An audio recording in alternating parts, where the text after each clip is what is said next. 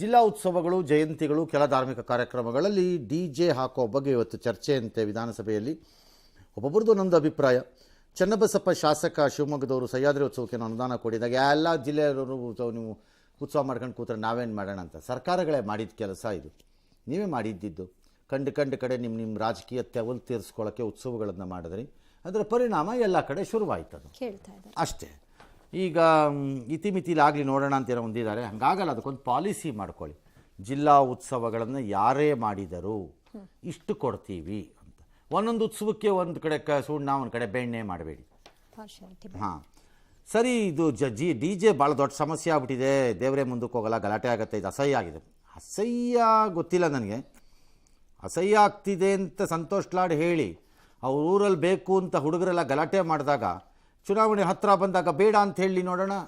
ನಾನು ನೀವು ಮಡಗ ಕಾಸೋದಕ್ಕೆ ಅಂದರೆ ನೀವು ಮಡಗಬೇಕು ಕಾಸನ್ನು, ಆಗಲ್ಲ. ಏನ್ಯಾವ ಈಗ ಎಲ್ಲ ನೀವು ಬಿ ಜೆ ಪಿಯವ್ರು ಸಹಕಾರ ಕೊಟ್ಟರೆ ಆದೇಶ ಹೊರಡಿಸ್ತೀನಿ ಅಂತ. ಬಿ ಜೆ ಪಿಯವ್ರು ಏನಿಲ್ಲ, ಡಿ ಜೆಗೆ ಬರೀ ಬಿ ಜೆ ಪಿಯವ್ರು ಮಾತ್ರ ಅಲ್ಲ, ಕಾಂಗ್ರೆಸ್ನವ್ರು ಇಲ್ವಾ? What sort of a minister you are I say? ಕಾಂಗ್ರೆಸ್ನವ್ರು ಇಲ್ವಾ ಡಿ ಜೆಗೆ? ಏನು ಬರೀ ಬಿ ಜೆ ಪಿಯವ್ರು ಮಾತ್ರನಾ? ಏನು ಬೇರೆಯವ್ರು ಯಾರೂ ಇಲ್ವಾ? ಬೇರೆ ಕಮ್ಯುನಿಟಿಗಳಲ್ಲಿಲ್ವಾ? ಅಥವಾ ಬೇರೆ ರಿಲಿಜನಲ್ಲಿಲ್ವಾ?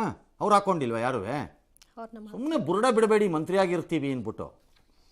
ಸರಿ, ಸವಾಲು ಅದಕ್ಕೆ ಯಾರೊಬ್ರು ಎದ್ದು ನಿಂತ್ಕೊಂಡು, ಆಯ್ತಪ್ಪ ನಮಗೆ ಕೇಳ್ತಿದ್ದೀರಲ್ಲ, ಆಜಾನ್ ಬ್ಯಾನ್ ಮಾಡುವಂಥ ಸುಪ್ರೀಂ ಕೋರ್ಟ್ ಹೇಳಿದೆಯಲ್ಲ, ಮಾಡಿದ್ದೀರಾ ಅಂತ. ಸರಿ ಸುರೇಶ್ ಕುಮಾರ್, ಅದಕ್ಕೇನೋ ಸ್ಪೀಕರು ಆದೇಶ ಶಬ್ದದ ಪ್ರಮಾಣಕ್ಕೆ ಸಂಬಂಧಿಸಿದ್ದು ಅಂತ, ಅದೂ ಜಾರಿಗೆ ಬಂದಿಲ್ಲ ಅಂತ ನನ್ನ ವಾದ. ನೀನು 7 ಮಿಂಡ್ರಿ ಆದರೆ ನಾನು 14 ಮಿಂಡ್ರಿ. ಅದು ಸರ್ಕಾರಗಳ ಜಾರಿಗೆ ತಂದಿದ್ದೀರಾ? ಕಾದರ್ ಕೇಳಿ ನೋಡೋಣ, ಜಾರಿಗೆ ತಂದಿದ್ದೀರಾ? ಇದನ್ನು ನಾಯ್ಸ್ ಪೊಲ್ಯೂಷನನ್ನು ತಂದಿದ್ದೀರಾ? ತಂದಿಲ್ಲ. ಹಾಗೆ ಇದು ಹಂಗಾಗಿದ್ನೆಲ್ಲ ಸುಮ್ಮನೆ ನೀವು ಹೌಸಲ್ಲಿ ಪುಕ್ಕಟೆ ಟೈಮ್ ಪಾಸಿಗೆ ಮಾಡ್ಕೋಬೇಕಾದ ಚರ್ಚೆಗಳಿವೆಲ್ಲ.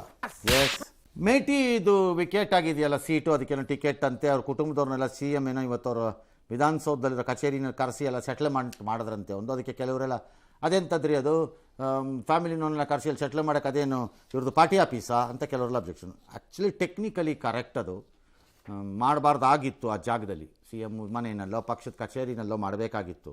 ಅವ್ರಿಗದು ಹೊಳದೇ ಇರಲ್ಲ ಅನ್ಸುತ್ತೆ. ನಮ್ಮ ಪಕ್ಷದ ತಪ್ಪೇನು ಅಂತ ಕೇಳಿದ್ರು. ತಪ್ಪೇನು? 1000 ತಪ್ಪು. ರಾಮಚಂದ್ರನು ಮಾಡಿದ್ದು ತಪ್ಪೇನು? ಏನು ತಪ್ಪು?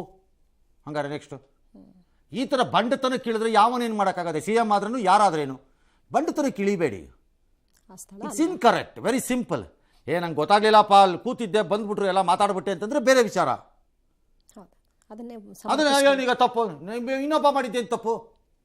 ಅದು ಸರಿ ಹಂಗಾರೆ ಒಳ್ಳೆ ಕತೆ ಆಯ್ತು. ರಾಂಗ್ ಈಸ್ ರಾಂಗ್, ಮುಗೀತು ಕತೆ.